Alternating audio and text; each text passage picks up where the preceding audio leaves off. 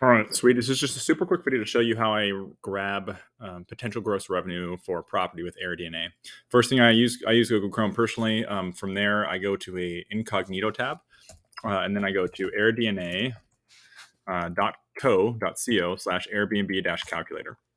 This is going to be their kind of rentalizer, is what they call it, which is kind of the Zestimate equivalent in the short-term rental world. So it's an automated estimate of how much a property can produce.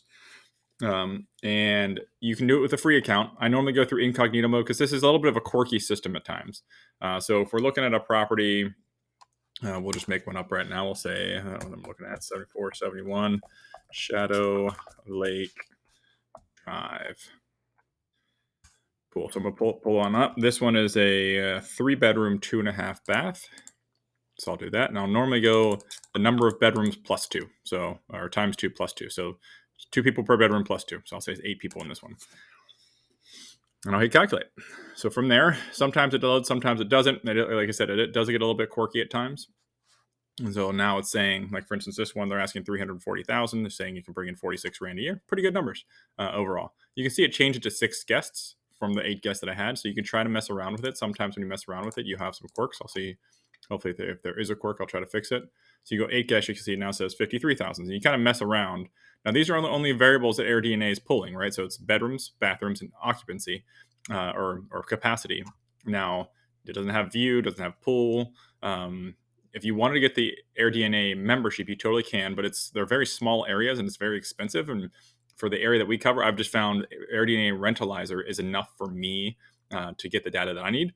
But I have plenty of clients who actually buy for a temporary time their local area that they're considering. Then you can pull more specific data and what the comps are that the AirDNA is looking at.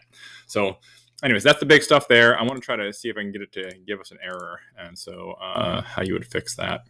Sometimes it'll ask you to log in like this. If that's the case, you can totally get a free membership and log in with your free membership. Sometimes that fixes it. Other time it kind of stalls out, so you can try to type in the address again. And if not, you can always just refresh this way, which sometimes fixes as well. So between incognito mode, refreshing it, getting your free membership, you should be able to get the data you want to get the Rentalizer.